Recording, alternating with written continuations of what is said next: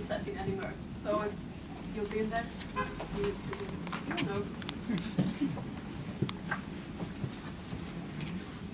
Again, I will not read the entire piece, so if you want to know the end, you have to buy the book.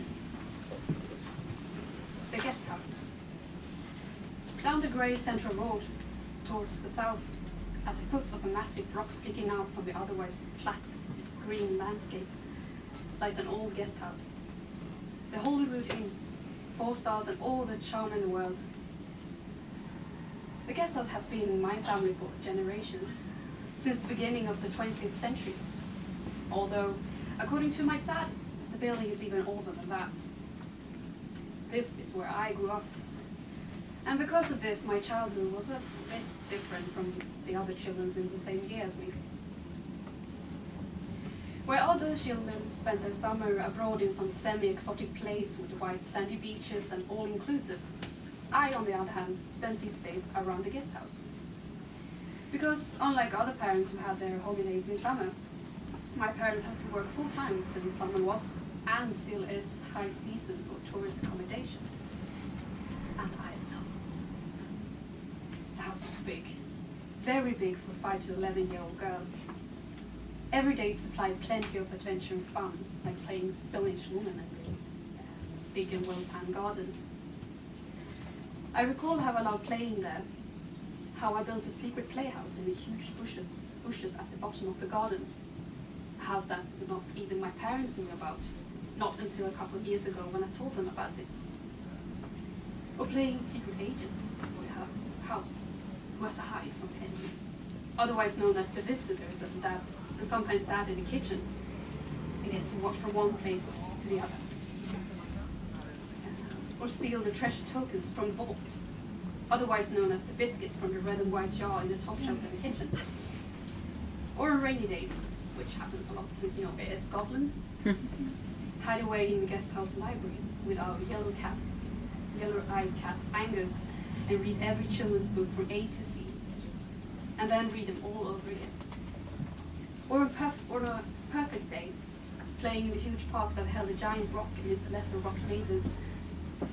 Though I wasn't allowed to venture too far, I had to always be able to see the guest house, or rather Mom had to be able to see me at all times. One other thing I loved about the summers was meeting and talking to all the guests that came to stay. They were mostly from the UK, though some came from elsewhere: China, Australia, USA, Russia, Sweden. Basically from all around the world. Though, of course, some of them couldn't understand me because of my age and accent. I particularly remember a man, a professional storyteller, who stayed at the Holyrood Inn for one summer. Even though he was from Scotland, and not more special or exotic than me, he was one of the most interesting guests I met in my childhood. This man was a Highland, a true Highland, born from the Outer Hebrides. He wore kilt, not the kilt that my dad occasionally wears on special events, the one the storyteller named the English scarf kilt. He wore whole 9 yards, held up with a broad black belt with a big embossed buckle and pin in one of the corners. Sometimes he wore a reback in front, a sporran, with a wee black knife, a ski undo in his hoses. He had sleepy grey eyes, though they lit up and seemed blue whenever he told stories. And he spoke Gaelic. He told me many stories, but the one I remember best is a story about the Great Rock, the one just by the guest house. In truth, I can't remember the whole story, though I know it was about the dragon dwelling in the rock. You know, me lass, in that great rock lies a dragon. No, is that really true? Why, he has grey leathery wings, like bat wings, but much, much bigger, and a big, big mouth, with sharp teeth, sharper than any knife. Sharper than cooking knives, the one that I should keep away from. Why? I guess he must have seen how scared I was at the thought of having a huge, dangerous lizard with kitchen knife teeth living so close.